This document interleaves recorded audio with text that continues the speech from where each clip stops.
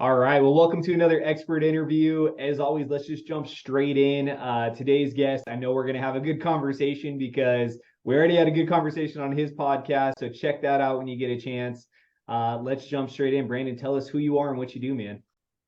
Yeah, my name is Brandon Allen. I am in Salt Lake City, Utah. And for the last 14 years, I have done performance coaching, transformational leadership coaching for leaders of small businesses, government leaders, you name it, anyone who's in a leadership space, I have worked with on that. So that's what I do.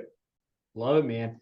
So how are you unique? I know we've had a lot of conversations and I think we're both aligned in that there's a lot of coaches and consultants, but like, where do you find your place where you can uniquely help people? Yeah, I think, as far as transformational coaching goes, it's not unique. There's plenty of people who play in that space, but there's a couple of things that I've heard from people that come time and time and again in the transformational coaching that I do. One of them is, they said, Brandon, you have a unique way of telling us something hard and saying something very directly that is also not offensive to me. So apparently, I had a friend of mine once said, like, I could tell him to F off and they would be like, oh, that's cool. Yeah, all right, I'll do that. And so, so I've heard that a lot over the years. And so, I think that's kind of one of our unique things is, I do try to be very direct, very honest with a client as far as what I'm seeing or what I think is maybe getting in their way, just something for them to try on. So there's that. And then the second thing is I really do my best to try to be inclusive in terms of really trying to meet people where they're at and understanding their background, where they came from, how they got to the place that they got. And so, regardless if you have, a certain religious orientation, if you have a certain sexual orientation, racial diversity, things like that, like I really just try to appreciate the people that I work with in terms of like, who are they and celebrate really all that they are and not try to pretend like, oh, well, I don't see that, or I don't know that that's true. And so I've heard from a lot of clients over the years that they felt really comfortable working with me because they felt like I wasn't judging them for, how they lived or, what they were doing. So those are probably a couple of things that I've heard predominantly that I don't hear that a lot in coaching. So yeah, that's what I would say. Awesome. And I appreciate both those. I mean, I think there's a lot of value there. So you mentioned one thing, and it's where I love to go in these conversations because I believe everyone's an expert and everyone has a unique story that makes you an expert at something, right? So let's talk about your story. How'd you get here, right? Like, what's your journey to this kind of world that you're in and what you're doing? Yeah. So I'll start from when I was a kid, and I promise this won't go super long, but when I was a kid, I was obsessed with the stock market, and I thought I wanted to be a stockbroker. And I loved movies like, if you remember Michael J. Fox, Secret of My Success, or I remember Kevin Bacon was in this film called Quicksilver, where he was a courier guy that used to be, even like Trading Places, right, with Dan Aykroyd. And like, I couldn't get enough of that. Wall Street, right? Like Gordon Gekko, that's not a hero you need when you're in middle school, but that was a hero that I had. And so I was really into like all things business. Like I always knew that. And so I got a degree in college in economics and business administration. And what I really thought I wanted to do was crunch numbers, analyze trends, and do certain things like that. Like I feel like I have good pattern recognition, but what I realized is I spent the first 9 years of my career in finance, and I hated finance. And so I knew that I hated it within 2 months of the job. Within 2 months, I was like, this is not the job for me. And I always joke around that I stayed 9 years just to make sure. But I stayed in this career. And part of it was because I didn't really know what else I could do. I kind of thought I would like this numbers kind of activity. And I wasn't really sure what to do. Well, in the course of having this 9-year career, some other things happened to me. I got promoted. I got into a management position. I remember I was 25 years old when I got my first management assignment, and I thought I knew everything there was to know about leadership. I thought, oh my gosh, I am going to kill it. And I sucked at it. It was so terrible. 9 months in, our results are mediocre. I can tell my team doesn't like me and it's not going very well. And I tried to blame it on my team. And I remember my boss saying, well, Brandon, you like sports, right? And I said, yeah, I love sports. And he said, what do they do when the team is not doing well? And I was like, oh, shoot, they fire the coach. And he's like, yeah. And he's like, I'm not threatening you. I just want you to think about, like, you can blame your team for your results, but if you don't take some responsibility here, you're going to be the one that's left out in the cold in this situation. So he was really honest with me about it. So I went and got a coaching training. This is the first time I did a training in my whole life. And I remember the first day was like, break you down, right? Like, here's all the things that you suck at. And there was tons that I wrote down. I was like, oh my gosh, I do that, I do that, I do that. But these are all things that you shouldn't do. And I was like, man, I'm killing the what you shouldn't do stuff. So I come back to my team, and this is after I'd gotten feedback from my team as well, that like they didn't like me, that they didn't feel like I was a good leader. I mean, I literally had people tell me that to my face. It really sucked. So I went back to my office and I humbled myself and I said, you guys, look, I went to this workshop over this weekend. It really opened my eyes to some things that I was blind to, that I didn't see, and that I'm going to do my best to try to engage differently with you. And so there were three things that I tried to do differently. The first one was just around communication. I was a very passive aggressive communicator. Like, I wanted to be a nice guy. I wanted to be like fun. And so I didn't want people to think, well, oh, Brandon's not fun. And so I wanted to be fun. And so I never really, I didn't present issues to people in a very timely way. And so that was really problematic. And then my connection wasn't very good. And I had a boss tell me up front, he said, Brandon, let me tell you something about leading people. He said, don't be their friend. Don't get close to them. And I was really bad at that anyway. I was very emotionally unavailable to human beings at the time. So I was like, this is great advice. I cannot believe you gave this to me. I can do that really well, which I did. And that didn't go very well at all. That my team didn't feel connected to me. They didn't feel like I cared. And then the last one was consistency. I was really inconsistent as a leader, which I think is important. I used to say things and I wouldn't do them, or I'd start something and wouldn't finish. And over time, my team got sick of that. And I remember it came to a head when I tried to institute a new policy in my group, and I could hear someone whisper, just wait a couple of weeks.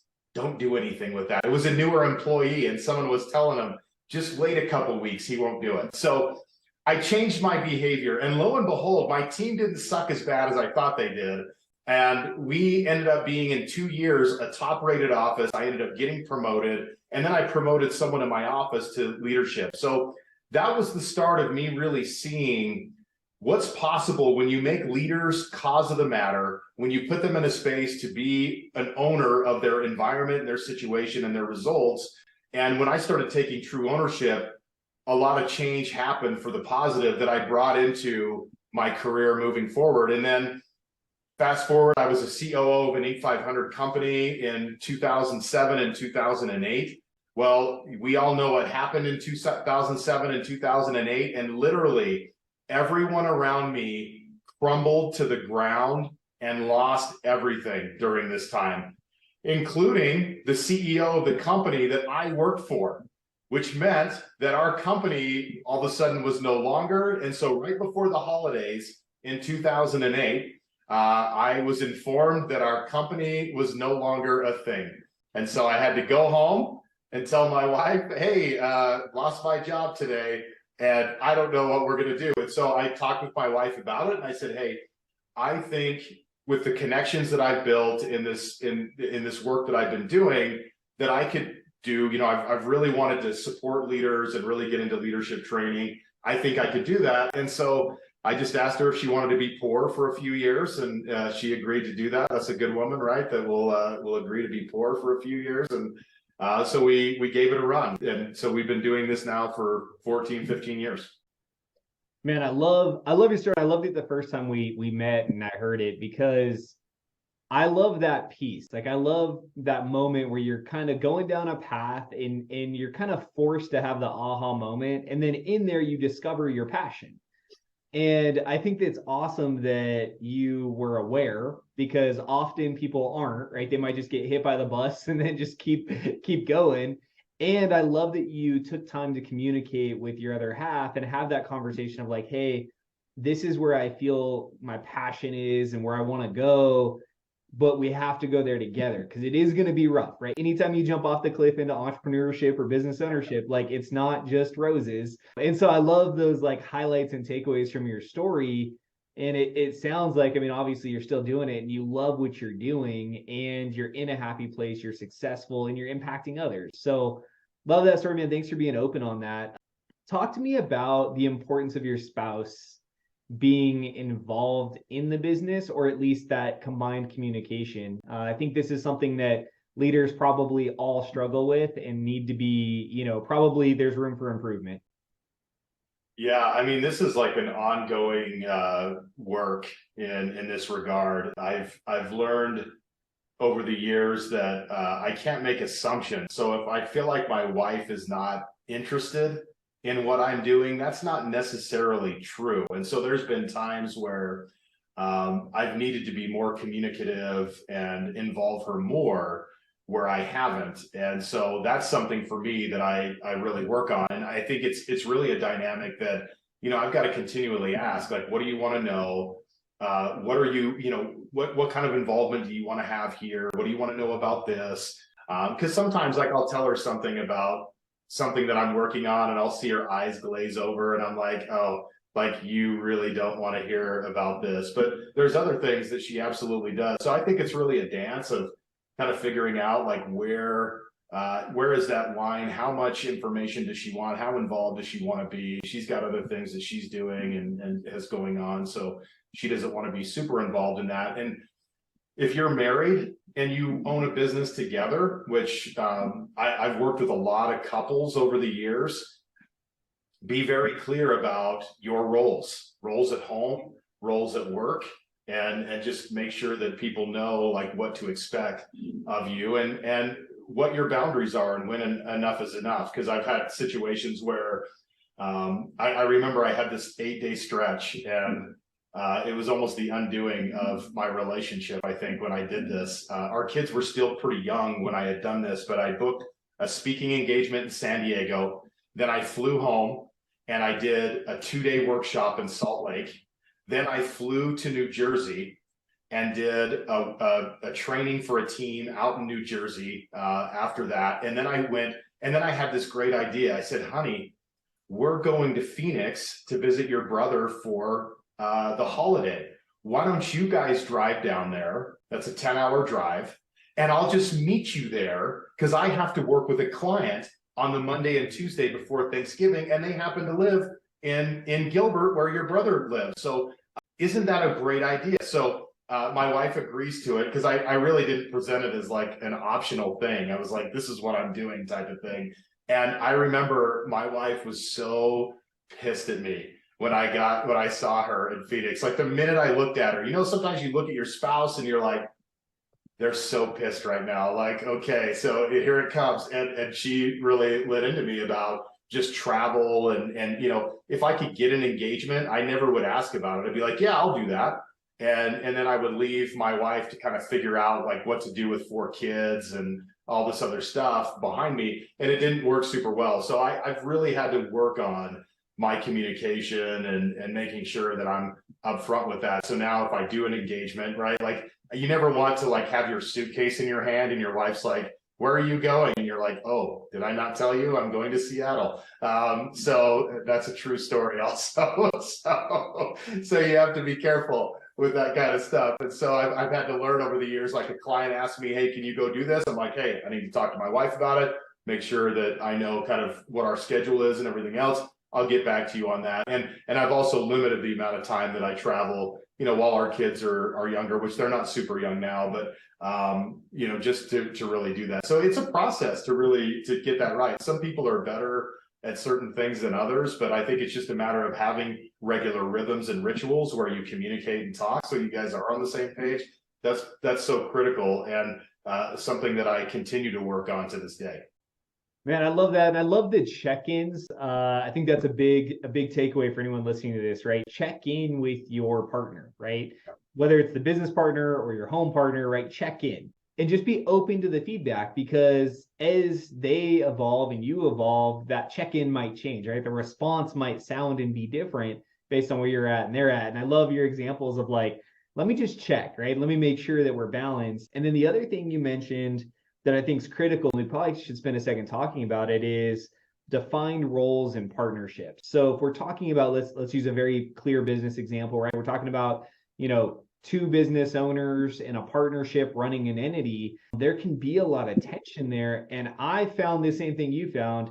Defined roles and clear expectations solve so much. So let's talk about that.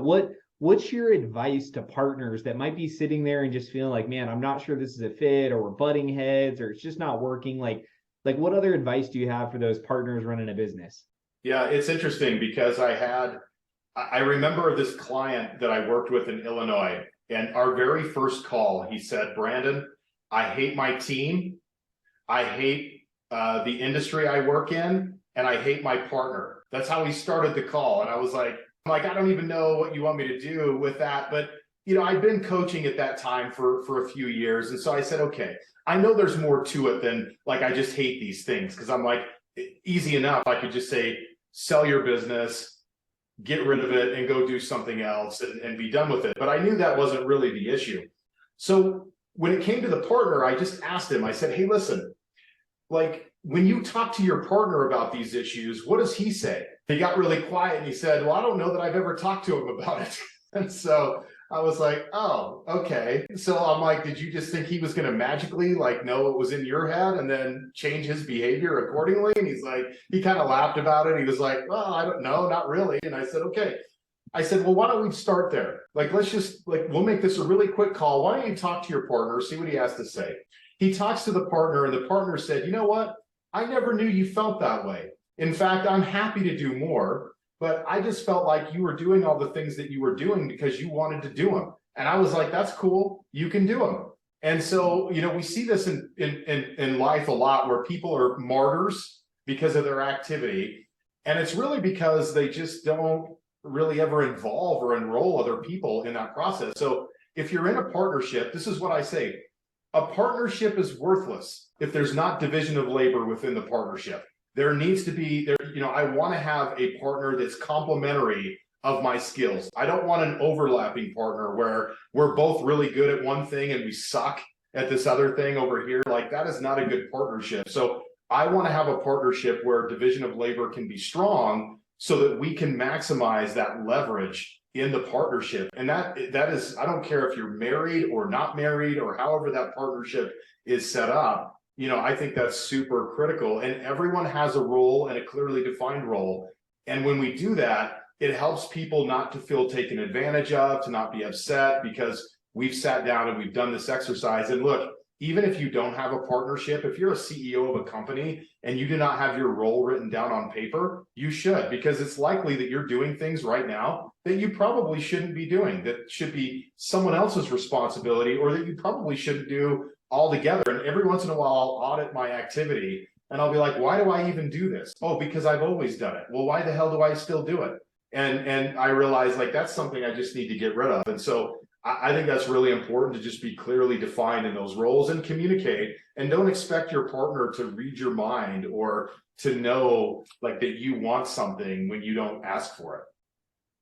I like that assumption confrontation moment, right? I think that that's such an interesting example of a partnership, right? Is like, well, I assume or whatever. And it's like, I would say 99 out of 100 times, right? Whatever you're assuming or you think that's going to sound and feel like, it doesn't, right? Like it's totally opposite. And the other party's like, oh, I appreciate the clarity and now we can realign.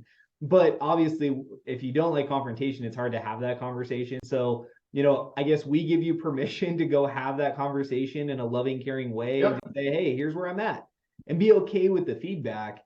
I love that you talked about role definition for leaders, right? Whether you have a partnership or not, what are you good at? What do you enjoy doing? And what do you suck at? And what do you not enjoy doing? I think that there are categories you should look at like, what should I get off my plate so I can maximize and have time leverage? So that's a really hidden takeaway in what you just answered, but it's highly important. As a leader, if you're feeling like you're always busy or your calendar's always too full, and you're just never catching up. Like, go do an analysis of everything you're spending time on and see where you stand. So let's talk about your process. I know you do really awesome master classes, and I know you've got kind of a defined process in there. So give us a quick overview of what you do in your master class and what that process looks like. Yeah, for sure. So, we kind of have distilled what we do down to three things. We call it the 3 Ps: purpose, process, and performance. And so purpose is all about who you are and really getting clear on, who am I, and defining that in a really meaningful way. In fact, I'm doing a class on business habits in March. And so I asked people on Facebook, I said, hey, I got a question for you. What is your number one obstacle to personal productivity at work that you're responsible for? I don't want you to blame like interruptions on other people or email. Like, I get that, but like, what do you struggle with specifically? And overwhelmingly, people said, you know what? I struggle with not being clear on my role and my priorities. So I have a hard time working in that process. And so what's interesting about that is kind of looking at just the fact that most of these people who answered this were CEOs of the company. So they own the company and they're like, I don't know what the priorities are. Now, if you don't know what they are, your team has no idea what they are, and they're guessing as to maybe what is going to work, what you want, that kind of thing. And so, I see that so often with people in purpose. So we talk about purpose because we want people to have clarity on what is it that you really want? How does that align with who you are? And then process is all about putting the structure around it so that you can work in your purpose at a high level. So I've got like a diagram that I draw that like purpose is at the middle of everything we do. So what we're great at, what we do well, that's at the middle. And then we want to build a buffer around our purpose. And the reason why we want to build a buffer is that there's a lot of different things that try to get into that, right? Limiting beliefs, feedback from other people, distractions from team members, lack of systems and processes. There's a lot of things that will take you away from your purpose. So purpose is about playing your game. What is my game and how do I play it? Process is about what is the playing field? What are the rules of my game? And what do we do in process? We identify objectives. We identify mission, vision, and values. We identify, how to manage your time differently so that it's structured around what you do best. Those are some things that we put around your purpose. And then performance is all about measuring success, building empowered teams, those kinds of things of like, how do we take this now to the next level? Now that we understand purpose and we have this structure built around that, now we have a launching pad for your purpose to really thrive and for you to create the most value for other people. And so I've got specific coaches that are purpose experts, process experts, and performance experts that work with people on whatever area that they feel like is most important. Sometimes it's all three areas. And so that's kind of how we approach that. And we do that through, we do workshops, we do one-on-one coaching, we do group coaching, depending on what people's budgets are and those kinds of things. That's a great flow, man. And I love how simple it is, but I love that you start with purpose. And what I'm finding is, the coaches and consultants that I jive with a lot and that I think are having tremendous success make everybody slow down before we speed up. And I say, I like to use that in sales too, but I love it with coaching, right? Like, let's slow down. Like, let's figure out, why are we here? Why are you here? Where are you going? Right? Like, let's get clarity on that. And then let's build the systems and processes to support it, and let's measure success on that. So I love your flow. So what are some of the aha moments or things that people might be sitting there struggling with when they should reach out? Like, what should they be thinking, or what might they say? And then that's a trigger, like, you know what, I'm going to talk to Brandon because I think I need to talk about this thing. Yeah. First and foremost, I would say this: it's people who are successful. So I want to be clear about that, because a lot of times people think, well, coaching is for someone who is doing really poorly. Now it could be, so I'm not saying it can't be for them, but it's really, for people, a lot of the people that I work with are already successful. But what they find is they're not playing their game the way that they want to. So there's this tension all the time where they never feel good about the work and where it's at. They're bringing work home in the evenings. They work on the weekends.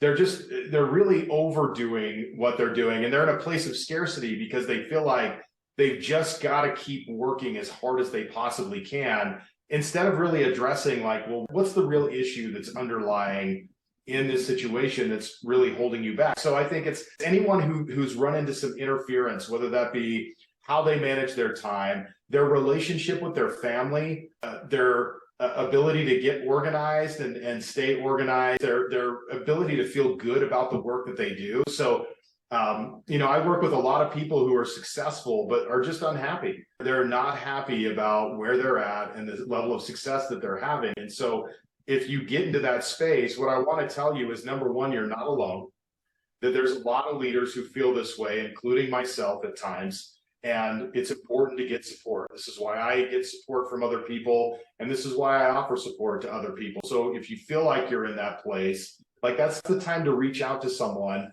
and get some help so that you can move forward and really see what there is to see with the situation. Because for most people, they have an idea of what the problem might be, but they're not seeing the insight and the perspective that someone else can see it from that would help them see, this is where you need to take an angle of approach on this problem versus them continually doing what they're always doing and then being frustrated that their results don't really improve. And so I would just say, look, if you're unhappy, but you're successful, especially, that's a time to really get support. Love that. And the takeaway there is permission to get help, guys. Like, I understand, right? If you're a leader, ego comes in for sure, right? It is a characteristic of leadership and entrepreneurship. I have a coach. Matter of fact, I have coaches, right? Because depending on what I'm trying to accomplish in a 90-day sprint or an annual run, like I'm going to surround myself with people who are ahead of me in different categories that can see what I can't see coming. And I'm proactive on it, but I also react too. There's times where I go, well, wait a second, I'm seeing this repetition and I need to reach out and get perspective because obviously I'm not seeing the whole picture because I keep repeating. And so I think that is amazing. And I want people to hear that. Like, it's okay. It's okay to struggle. I run a mastermind, and the commonality there is everybody is on the same journey, right? I know with hundreds of clients you work with, it's the same thing. Like, often it's a lot of the same things, and it's okay. It is okay. Yeah. So let's talk about the last two questions I like to ask. So if you look back on your own journey, what's some advice you'd give your younger self? Yeah, the first thing would be to spend more time understanding and learning my own purpose. So I actually did a talk at my alma mater, Southern Utah University, for their entrepreneur class. Like, I don't know, it's probably 5 years ago. And they asked me this question, like, what would you tell yourself if you were back in college? And the first one would be to really understand my purpose and really understand myself better, because I wasn't very good at that. I didn't spend a lot of time understanding that. And I felt like it really held me back. And then the second part is just do the work on yourself. Continually do the work and don't be afraid to lean into the uncertainty of growth, because it is scary, but don't be afraid to be a completely different person. Like, you don't have to be the person that you were when you were 12 or when you were 18 or when you were 25. You can fundamentally be completely different from that. And so as a kid, I wish I would have told myself that, because I spent so much time trying to look good and perform. That's what I did. I wanted to perform. I wanted to look good. And so I never wanted to look bad. So I would never be vulnerable with other people. I wouldn't let them see me sweat. And the problem with that was, it's like, I'm trying to perform and be good at everything because I really don't know what my game is. And so that was exhausting. It was hard to keep that up. It became very stressful. And that not only bled into my work performance, but it also inhibited my ability to build meaningful relationships outside of my work because I wasn't doing that. So that would be the number one thing. If I were to go back and talk to my younger self after I slapped him around a little bit, that's what I would tell him.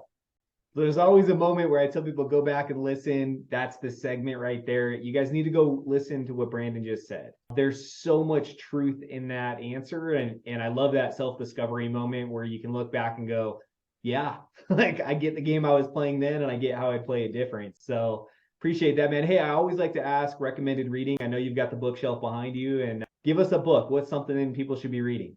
Oh man. I'll give you two because they're from the same kind of group of people. The first one, if you haven't read it, Leadership and Self-Deception by the Arbinger Institute.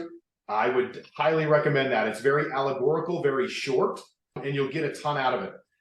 The second one is a follow-up from the founder of the Arbinger Institute, C. Terry Warner. He actually happened to teach here at Brigham Young University for a period of time. I don't know if he still does.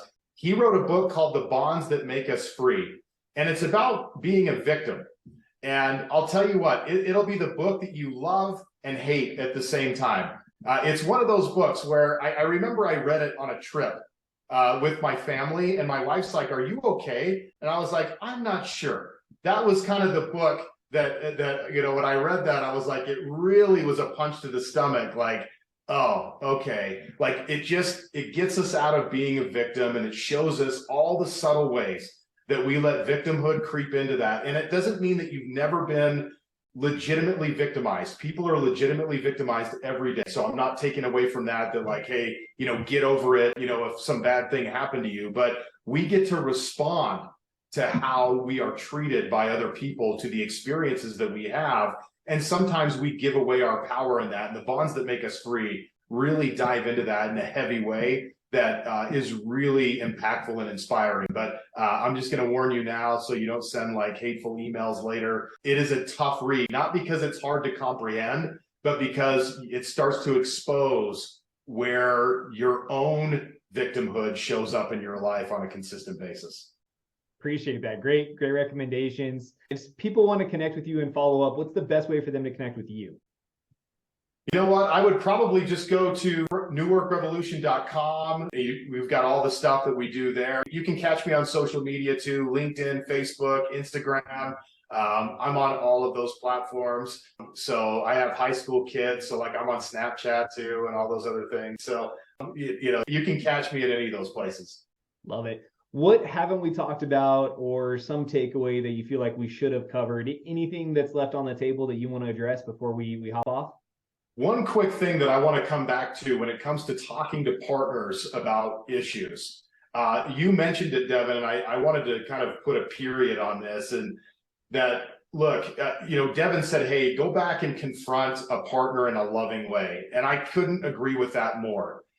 If you're frustrated with a business partner or a life partner or whatever, the worst thing that you can do is go to them and air your grievances with them and treat them like they did something wrong when in fact, they probably have broken no agreements with you.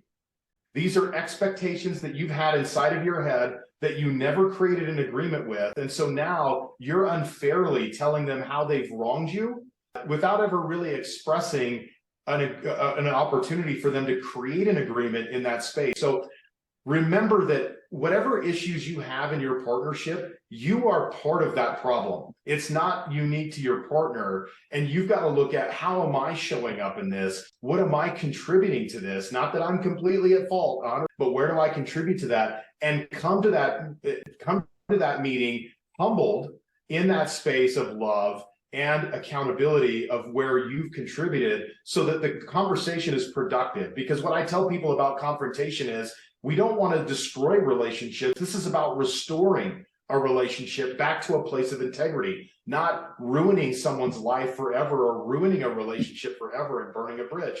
That's not what we want to do. So I wanted to just emphasize that, because I said, hey, you know, go back and talk to your partner, but I was kind of flip about that. And it's really important to check your own mindset when you do that. Great reminder, right? Because yeah, coming at it hot or in a moment of emotion is probably not the time, right? Mm-hmm. Come at it centered, and yeah, love that takeaway. If you guys are listening to this on a podcast platform, share your love, right? If you like it, share it. Leave us a review. If you're listening to this on YouTube, subscribe, leave a comment, ask questions. Brandon and I can record a second episode. We can dive in on a topic that you want to hear more about.